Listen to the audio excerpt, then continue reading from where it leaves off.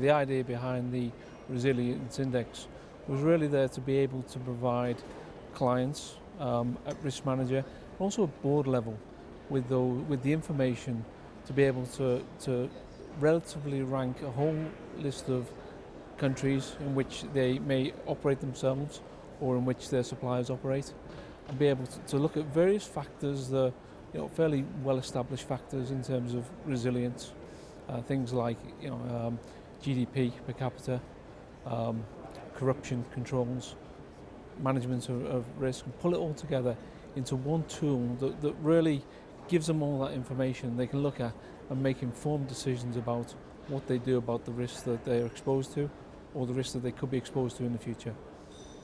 And this is becoming increasingly more important now as companies, large corporates particularly, have enormously long supply chains which span the globe, and whether it's either suppliers or customers around the world, they need to know what's happening in a wide range of different countries, don't they? Yeah, absolutely, Mike. I mean that is I guess one of the challenges as a risk manager and as an industry that we face is complexity of supply chains is increasing as companies look to either move their operations to parts of the world where they can increase their operating margins, or they're looking to be closer to their suppliers or their customers. It's exposing them to risks that maybe in their traditional markets they were never exposed to before. And again, the idea of the resilience index is to pull a lot of information together and allow them to look at that and say, okay, if I'm moving here, what potentially risk could I face? And therefore, knowing them, what can I then do about that? But in terms of this latest incarnation of the survey for this year, what was the key sort of headline finding for you? What really came out of this particular one?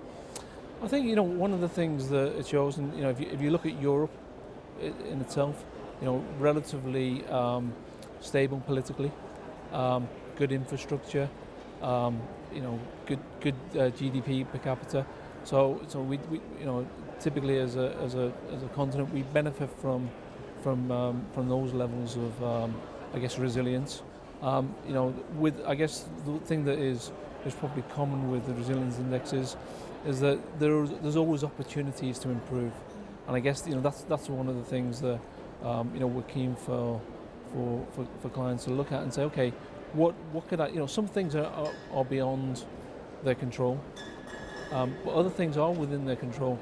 How they respond to things like natural hazards, how they prepare themselves for those, how they manage their fire risks, how they're able to sort of address some of those concerns that are there and could expose their supply chains is the message there.